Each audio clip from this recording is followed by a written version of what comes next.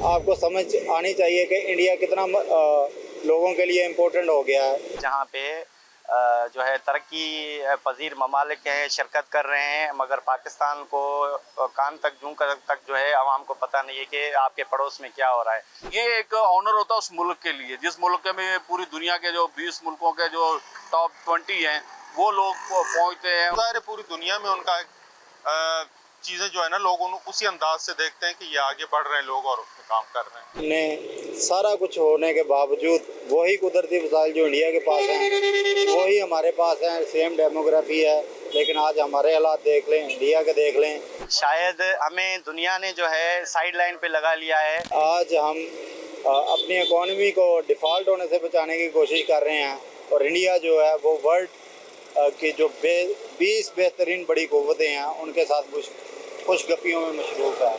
तो मैं समझता हूँ इंडिया ने बहुत ही आला स्टेप लिया है ये वाला कि उनको ये होस्ट मिला है। बहुत ही अहम मौका था इंडियंस के लिए, सर फ़ख्र से बुलंद हुए होंगे उनके, और हमारे लिए ये हज़ीमत है कि हमने सारा कुछ होने के बावजूद वही कुदरती वसाइल जो इंडिया के पास हैं वही हमारे पास हैं, सेम डेमोग्राफी है, लेकिन आज हमारे हालात देख लें, इंडिया के देख लें। इंडिया की जो तस्वीरें आई हैं पीएम मोदी की मुख्तलिफ सरबराहान ममलिकत के साथ, वो इंडिया का जो पॉजिटिव चेहरा है वो दुनिया में दिखाने में बहुत बावर हुए हैं। वहाँ पे सारी दुनिया के जो बड़ी 20 पावरफुल कंट्री हैं उनके सारे ममालिक पे, तो ज़ाहिर है जहाँ पे 20 ममालिक के सरबराह होंगे दुनिया के सबसे बड़ी इकोनॉमी के, तो सारी दुनिया की निगाहें भी वहाँ पे ही होंगी। तो इंडिया एक मार्केट है। आपने देखा कि सऊदीया के जो शहज़ादा हैं, वलीअहद हैं, वो हमारी तरफ नहीं आए, लेकिन वो इंडिया ज़रूर गए हैं उस समट में कॉन्फ्रेंस करने के लिए। पहले इतलात आ रही थी कि शायद वो इधर भी आएंगे, लेकिन वो इधर नहीं आए। इससे आपको समझ आनी चाहिए कि इंडिया कितना लोगों के लिए इम्पोर्टेंट हो गया है। ख़ास तौर पे G20 ममालिक का वहाँ पे होना और बांग्लादेश को वहाँ पे बुलाया जाना, एक मैं कहता हूँ चंबे की बात है।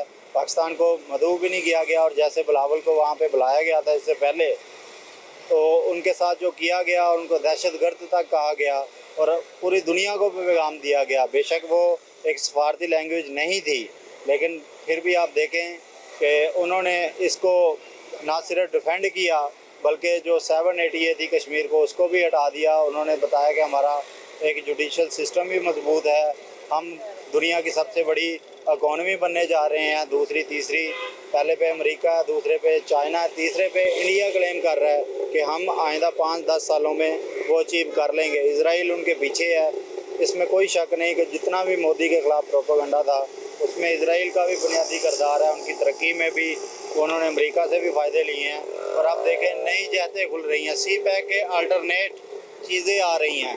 आप देखना ये पड़ेगा कि पाकिस्तान ने 10 सालों में, हम गोल्डन जुबली तो मिला ली 10 साल पाकिस्तान ने CPEC के लिए, लेकिन उधर से हासिल क्या हुआ? सिवाय रोडों के, सिवाय हमें पुलों के कोई इन्वेस्टमेंट बड़ी नहीं आ सकी।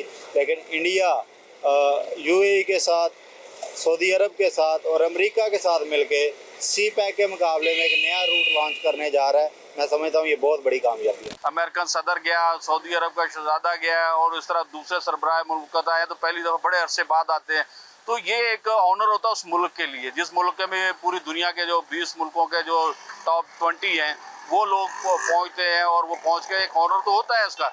लेकिन देखिए, बहरहाल मैंने जिस तरह कहा कि मईशत के ऊपर फ़र्क तो आता है, ज़ाहिर बात। वो मैंने जैसा कि सौदे होते हैं तो उसका इंडिया को फ़ायदा तो होगा, ऐसा नहीं है कि नहीं उसको फ़ायदा होगा। इंडिया को बहुत फ़ायदा होगा और इसका फ़ायदा है उसको।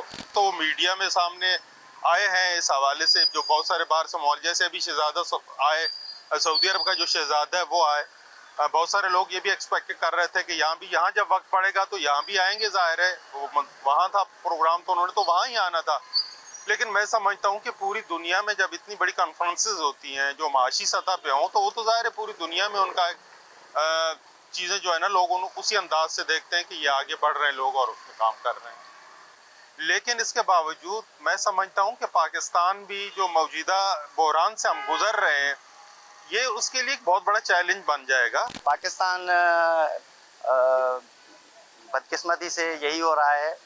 73 ईयर्स से 75 ईयर्स बोल रहे हैं आप। पाकिस्तान की जो हमारी फॉरेन पॉलिसी है वो उस पे जो है हम शायद नाकाम रहे हैं।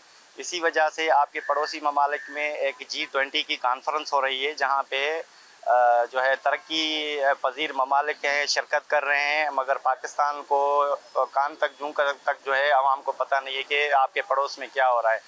तो होना ये चाहिए था कि ये G20 की कॉन्फ्रेंस पाकिस्तान में होनी चाहिए थी, मगर ये इंडिया में हुई।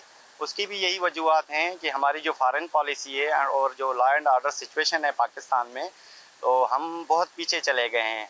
अभी लास्ट 10 सालों में, 10 भी नहीं कहूँगा, एक 5-6 सालों में हम पाकिस्तान जो है इकनॉमी में और सिक्योरिटी के हवाले से बहुत पीछे चले गए हैं। शायद हमें दुनिया ने जो है साइड लाइन पे लगा लिया है